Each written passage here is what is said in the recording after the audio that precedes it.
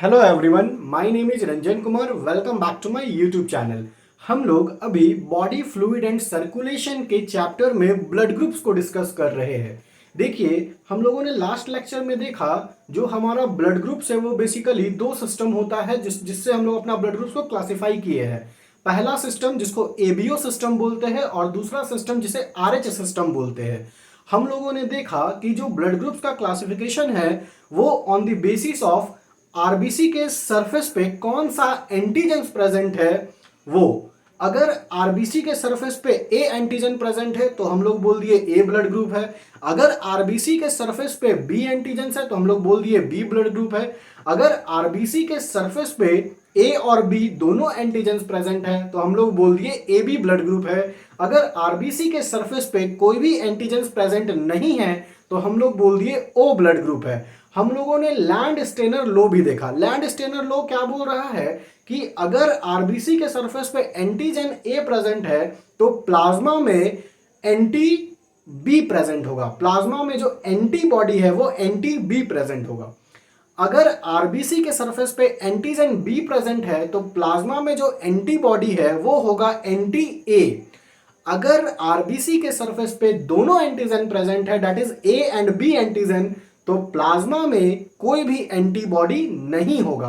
अगर आरबीसी के सरफेस पे कोई भी एंटीजन प्रेजेंट नहीं है, मतलब कि ओ ब्लड ग्रुप है, तो उस व्यक्ति के प्लाज्मा में दोनों एंटीबॉडी होगा, that is anti A and anti B. ये सारा चीज हम लोगों ने लास्ट वीडियो में डिस्कस कर लिया।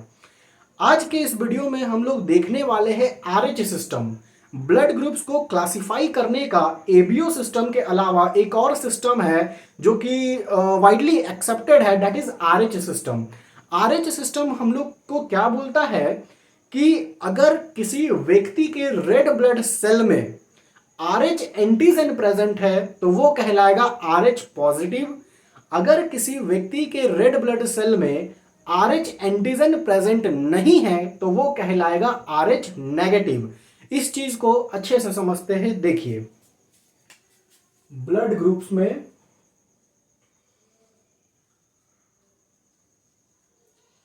हम लोगों ने लास्ट वीडियो में देख लिया एबीओ सिस्टम। आज हम देखेंगे आरएच सिस्टम। सबसे पहले देख लीजिए, ये जो आरएच है it stands for rhesus monkey. Rhesus monkey,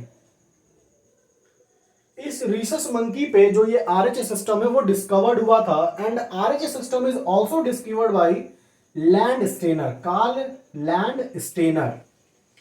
और भी अदर साइंटिस्ट थे, विनर एक थे, Landsteiner and winner.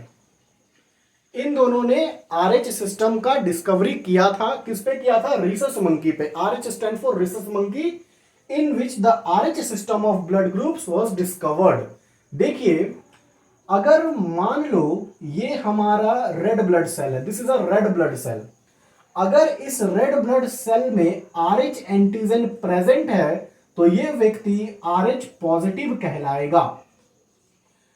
Suppose that this is a red blood cell. अगर यहां पे आरएच एंटीजन प्रेजेंट नहीं है तो ये व्यक्ति आरएच नेगेटिव कहलाएगा। देखो, जैसे कि हम लोग बोलते हैं, ये तो देखो, जो ये हमारा जो रेड ब्लड सेल है यहां पे और भी एंटीजन प्रेजेंट हो सकता है। सपोज दैट यहां पे ए एंटीजन प्रेजेंट है, यहां पे भी ए एंटीजन प्रेजेंट है। आप देखिए, इस आरबीसी के सरफेस पे ए एंटीजन भी प्रेजेंट है और आरएच एंटीजन भी प्रेजेंट है, तो इस व्यक्ति का जो ब्लड ग्रुप है वो ए पॉजिटिव हो जाएगा। ए stands for antigens A and the positive is denoting the RH. मतलब कि जो आरबीसी है उसके सरफेस पे आरएच एंटीजन प्रेजेंट है। इस व्यक्ति का जो ब्लड ग्रुप है इस कंडीशन में क्या हो जाएगा? ए नेगेटिव।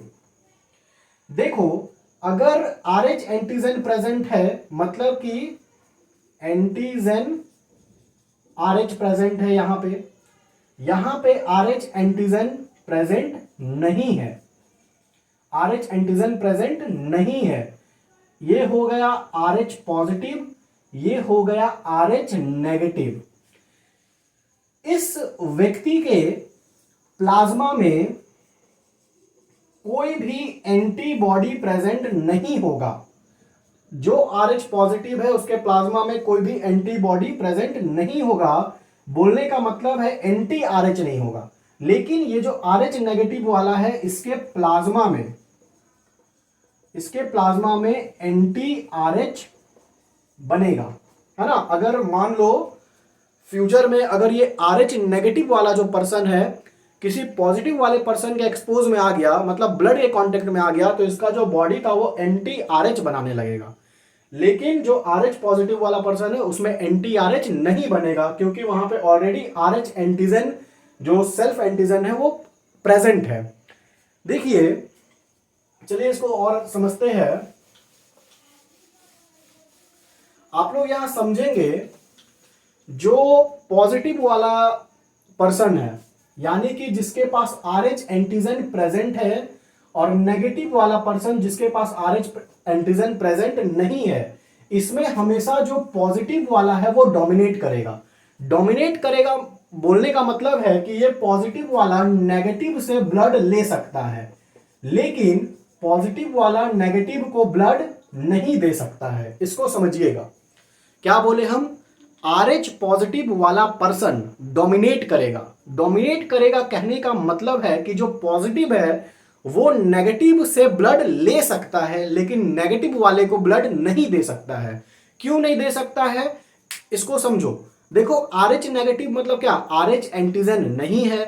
RH एंटीजन नहीं है मतलब कि उसका बॉडी RH को जानता ही नहीं है कि RH होता क्या है। और अगर हम उसको RH पॉजिटिव वाला ब्लड डाल देंगे तो RH नेगेटिव वाला जो बंदा है उसका बॉडी सोचेगा कि ये कोई फॉरेन बॉडी है और उसके खिलाफ एंटीबॉडी बना देगा, और फिर एंटीजन एंटीबॉडी रिएक्शन हो जाएगा, क्लम्पिंग हो जाएगा। ठीक है। अब देखो यहां पे एक क्वेश्चन से समझते हैं हम लोग। मान लो ये RBC है, this is a red blood cell. RBC red blood cell, इसके सरफेस पे A एंटीजन प्रेजेंट है और इसके सरफेस पे RH एंटीजन भी प्रेजेंट है। मतलब कि ये जो ब्लड ग्रुप है ये क्या हो जाएगा? ये हो जाएगा A पॉजिटिव। ये हो जाएगा A पॉजिटिव। अब देखो मेरा क्वेश्चन क्या है, आपको बताना है कि इसके प्लाज्मा में कौन कौन सा एंटीबॉडी होगा। A पॉजिटिव के पास एंटीजन कौन कौन सा होगा, और ये जो A पॉजिटिव है ये किसको ब्लड दे सकता है, और ये किससे ब्लड ले सकता है। Donate to and received from. देखो ये 4 क्वेश्चन है। देखो सबसे पहले हम लोग एबीओ सिस्टम के अकॉर्डिंग देखेंगे। एबीओ सिस्टम के अकॉर्डिंग जब हम देखेंगे तो हम लोग देख रहे हैं कि यहां पे एंटीजन ए प्रेजेंट है, और आप लोग को पता है अगर आरबीसी के सरफेस पे एंटीजन ए प्रेजेंट है तो प्लाज्मा में एंटीबॉडी बी होगा, यानी कि एंटी बी होगा इसके प्लाज्मा में। और RH एंटीजन प्रेजेंट है, एंटी RH नहीं होगा, है ना, कि RH पॉजिटिव है ना, पॉजिटिव है यानी कि RH एंटीजन है उसके पास, लेकिन RH एंटी नहीं होगा, एंटी RH नहीं होगा। तो अगर मान लो कोई पर्सन है जिसका ब्लड ग्रुप A पॉजिटिव है तो उसके प्लाज्मा में एंटी बी प्रेजेंट होगा। इसके पास एंटीजन कौन कौन सा होगा दिख रहा है, एंटीजन A प्रेजेंट है और एंटीजन RH प्रेजेंट है, तभी ना A पॉजिटिव बोल रहे हैं। अब ये किसको ब्लड दे सकता है, पहले हम लोग एबीओ सिस्टम के अकॉर्डिंग देखेंगे। जो ए ब्लड ग्रुप वाला पर्सन था वो किसको किसको दे सकता था, वो ब्लड ग्रुप दे सकता था ए को और ए बी को। ठीक है, जो ए एंटीजन वाला पर्सन था वो ए को दे सकता था ब्लड ग्रुप और ए बी को दे सकता था। अब RH के हिसाब से देखेंगे, पॉजिटिव और नेगेटिव के हिसाब से। तो RH पॉजिटिव है, हम क्या बोले, पॉजिटिव वाला सिर्फ पॉजिटिव को देगा, नेगेटिव को नहीं देगा।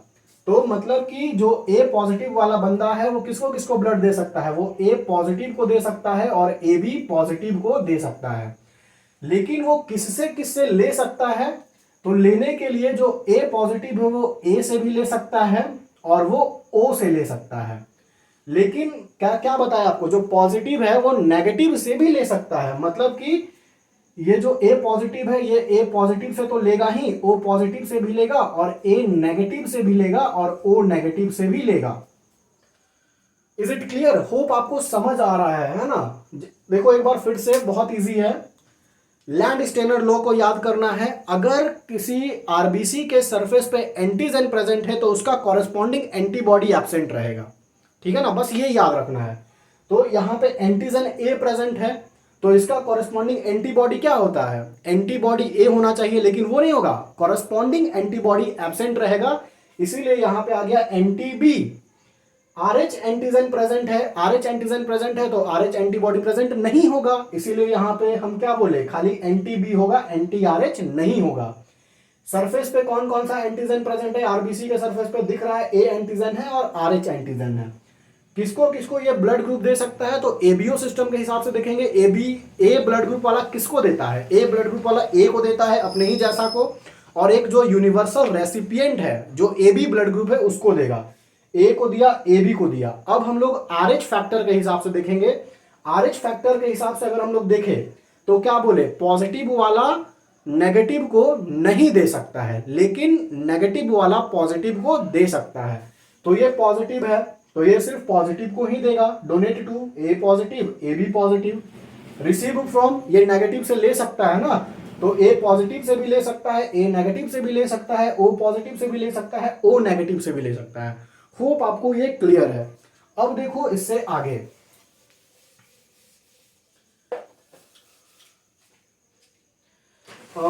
हम लोग एक ओ नेगेटिव को लेके चलते हैं। देखो ये आरबीसी है, रेड ब्लड सेल, इसके सरफेस पे कोई भी एंटीजन नहीं है, एंटीजन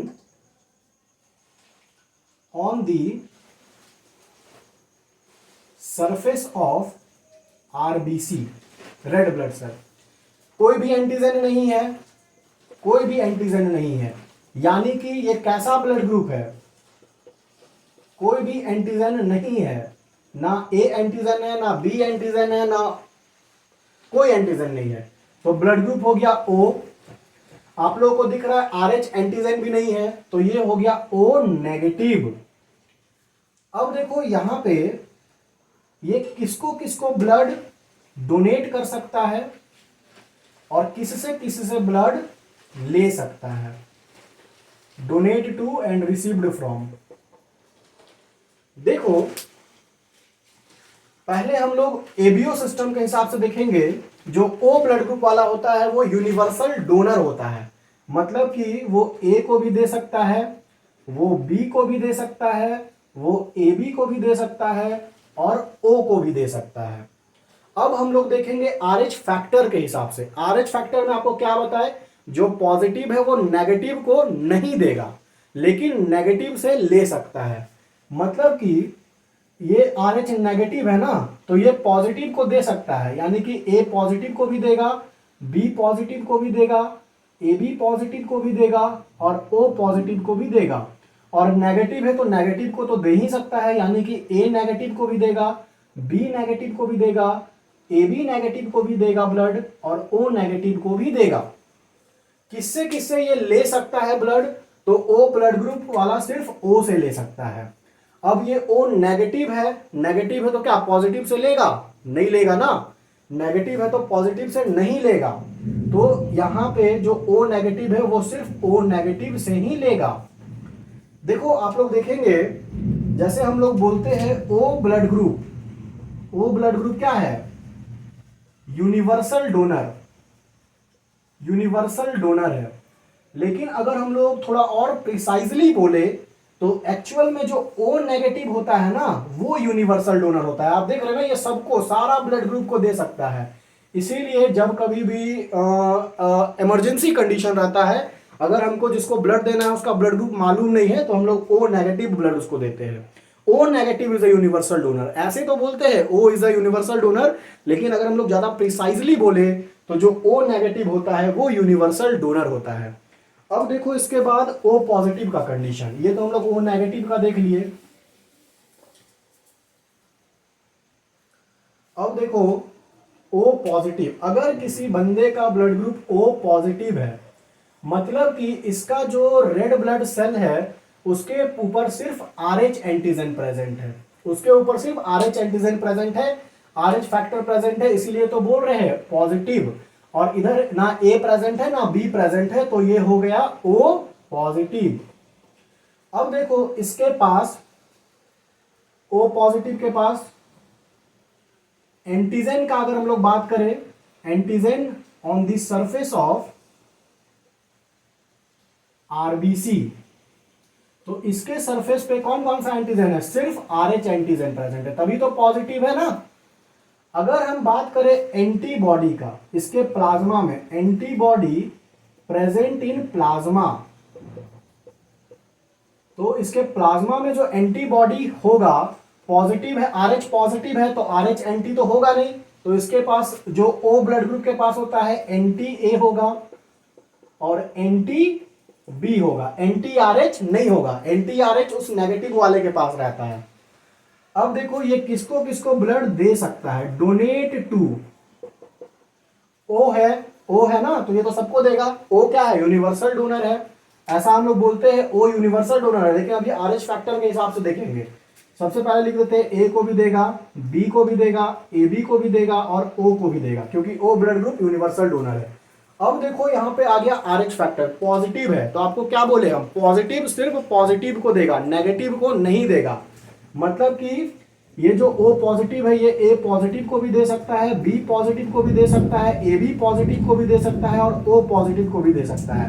लेकिन A negative, B negative, AB negative और O नेगेटिव इसको ब्लड ये नहीं दे सकता है।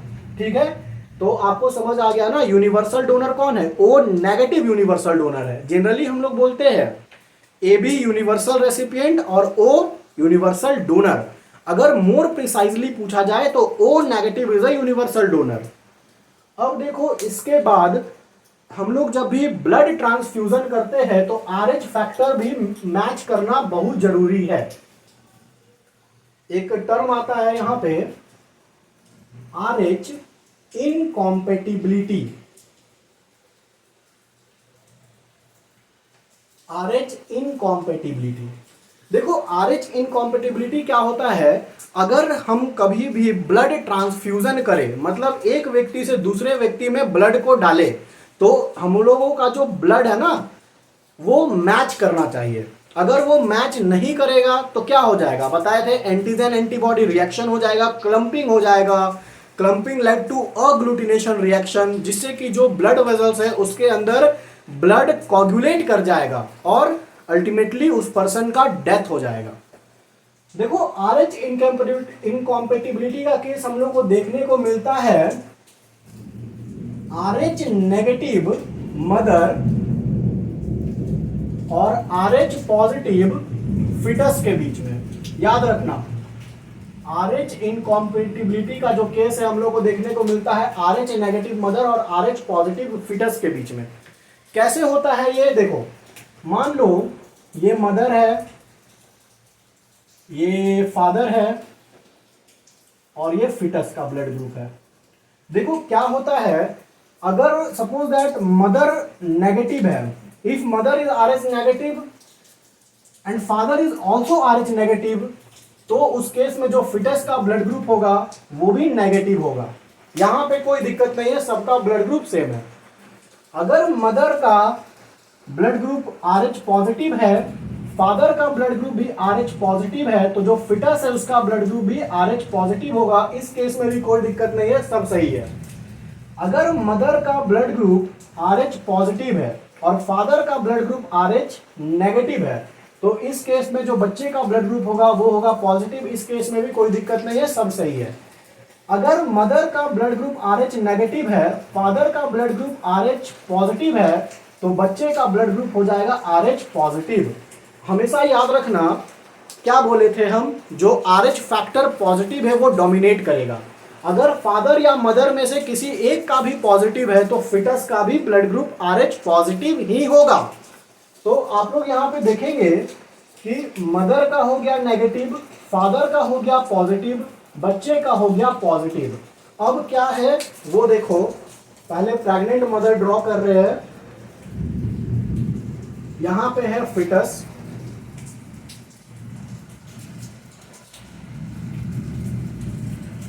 फिटस का ब्लड ग्रुप क्या है, पॉजिटिव है, आरएच पॉजिटिव, और ये जो मदर है इसका ब्लड ग्रुप है आरएच नेगेटिव।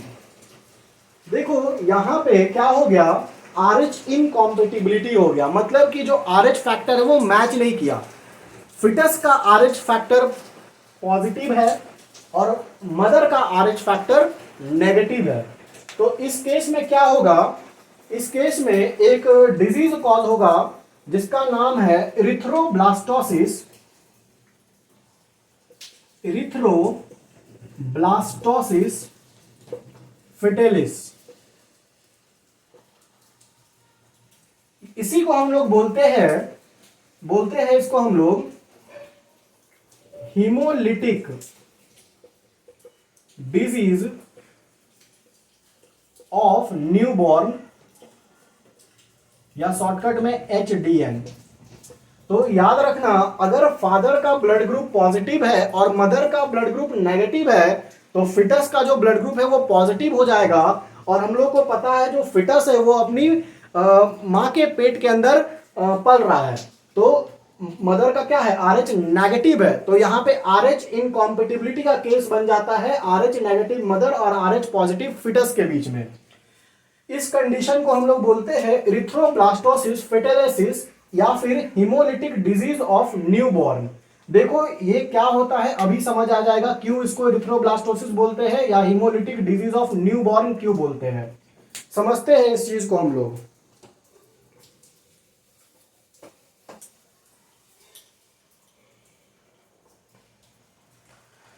देखो जनरली क्या होता है इस केस में, जो फर्स्ट प्रेगनेंसी है, फर्स्ट प्रेगनेंसी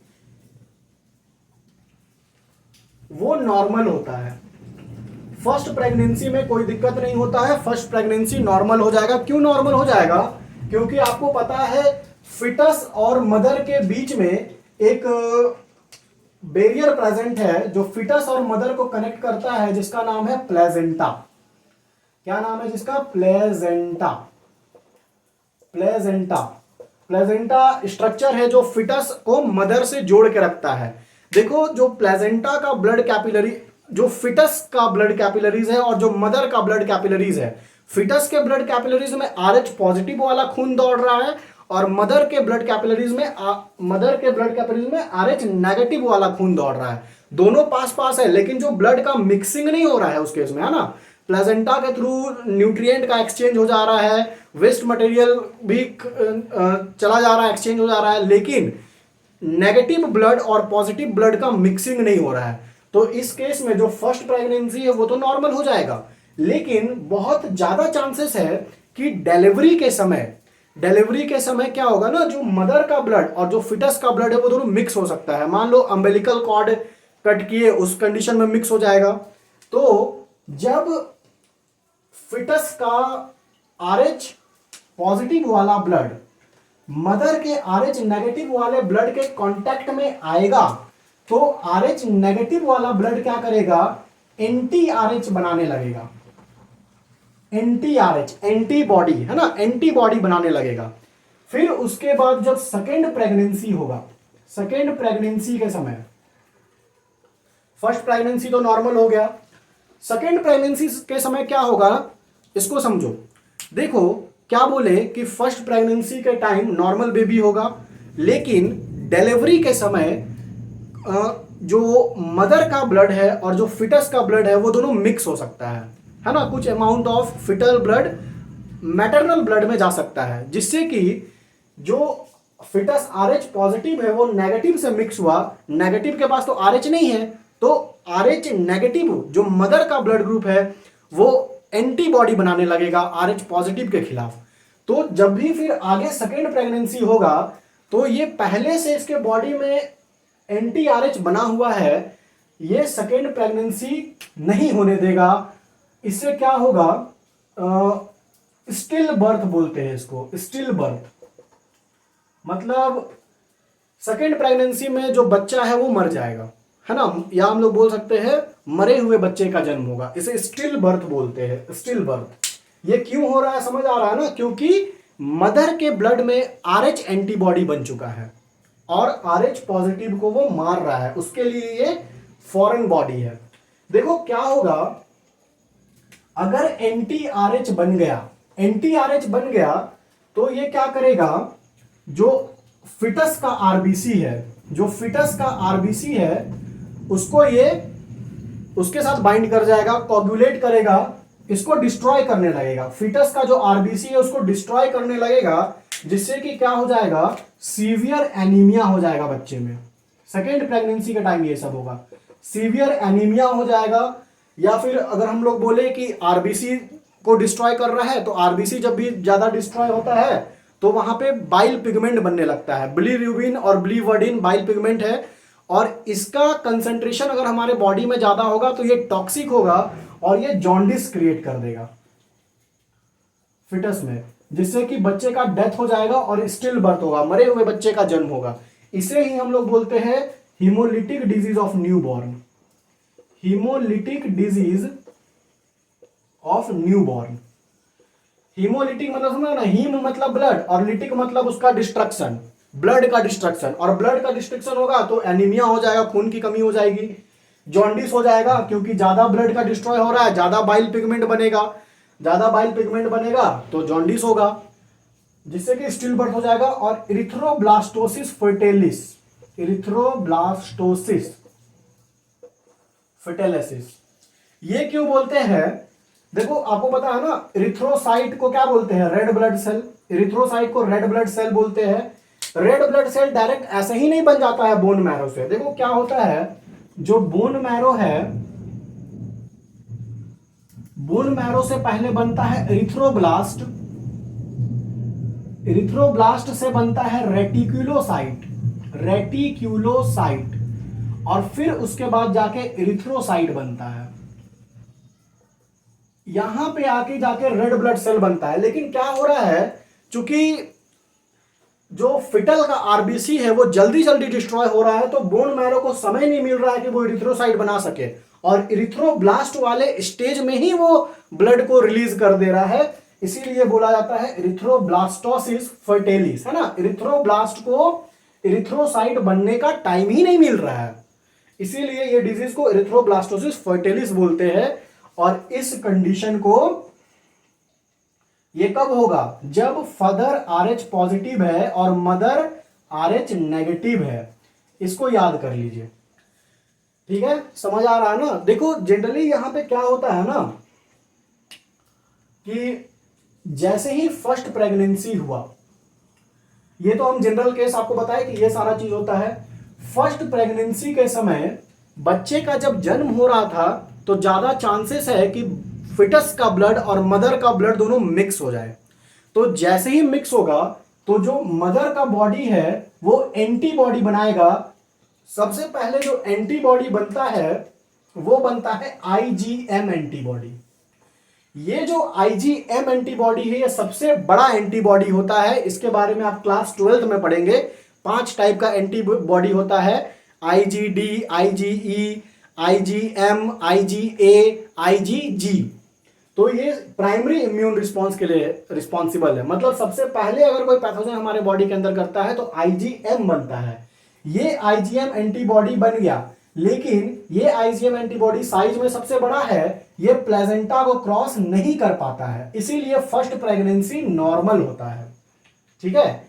लेकिन उसके बाद जब सब्सिक्वेंट प्रेगनेंसी होगा, मतलब कि उसके बाद सेकेंड प्रेगनेंसी या इसके बाद और भी प्रेगनेंसी सो ऑन, तो स्टिल बर्थ का मतलब मरा हुआ बच्चा का जन्म होगा, क्योंकि सेकेंड प्रेगनेंसी में ये एंटीबॉडी IgG बनने लगता है। ये IgG एंटीबॉडी सबसे छोटा एंटीबॉडी है और ये प्लेजेंटा को क्रॉस करके फिटस के पास पहुंच जाएगा। ये IgG antibody secondary immune response generate करता है और ये IgG एंटीबॉडी सबसे छोटा एंटीबॉडी है जो कि फिटस के पास पहुंच जाएगा और फिटस के आरबीसी को डिस्ट्रॉय कर देगा, जिससे कि एनीमिया हो जाएगा, जॉन्डिस हो जाएगा, बच्चे की मृत्यु हो जाएगी। अब देखो, मान लो जैसे शादी ब्याह होता है तो ऐसा नहीं ना कि हम लोग ब्लड ग्रुप मैच करके शादी कर रहे हैं कि हमको जो मेल है वो पॉजिटिव हो तो फीमेल भी पॉजिटिव ही चाहिए, फीमेल तो नेगेटिव हो सकती है ना। तो उस केस में क्या होगा, तो उस केस में एक वैक्सीन बना है, एक वैक्सीन है, इस वैक्सीन का नाम है रोगैम वैक्सीन। ये वैक्सीन फीमेल को दिया जाता है during first pregnancy, during first pregnancy. ये वैक्सीन फीमेल को दिया जाता है ड्यूरिंग फर्स्ट प्रेगनेंसी, ताकि जो आईजीजी एंटीबॉडी है ये ना बन पाए। ये वैक्सीन क्या करता है ना, ये प्लेजेंटा फिटस और प्लेजेंटा के बीच यहां पे एक बैरियर बना देता है।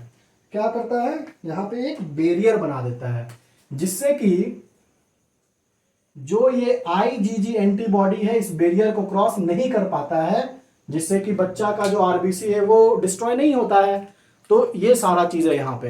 होप आपको समझ आया होगा आरएच फैक्टर का कॉन्सेप्ट। सिंपल सा है, आरएच एंटीजन प्रेजेंट है तो आरएच पॉजिटिव होगा, आरएच एंटीजन नहीं है तो आरएच नेगेटिव होगा। एरिथ्रोब्लास्टोसिस फिटिलिस किस केस में होगा ये याद कर लीजिएगा, जब फादर पॉजिटिव है और मदर नेगेटिव है तब। इसी को हम लोग हिमोलिटिक डिजीज ऑफ न्यूबॉर्न बोलते हैं। क्यों बोलते हैं, क्योंकि बच्चे का आरबीसी का डिस्ट्रक्शन होता है, जिससे कि एनीमिया हो जाता है, खून की कमी हो जाती है। और जब भी अगर आरबीसी ज्यादा डिस्ट्रॉय होने लगेगा तो उसको बॉडी से निकालना है, तो फिर क्या होगा, बाइल पिगमेंट का फॉर्मेशन होने लगता है। और बाइल पिगमेंट का फॉर्मेशन अगर हमारे बॉडी में ज्यादा होगा तो वो टॉक्सिक होता है, जिससे कि जॉन्डिस होता है, अल्टीमेटली बच्चे की मृत्यु हो जाती है। इसीलिए इस केस में फर्स्ट प्रेगनेंसी नॉर्मल होता है, उसके बाद second pregnancy, third pregnancy, fourth pregnancy normal नहीं होगा, हम लोगों को मरा हुआ बच्चे का मिलेगा। ठीक है, थैंक्स ऑल।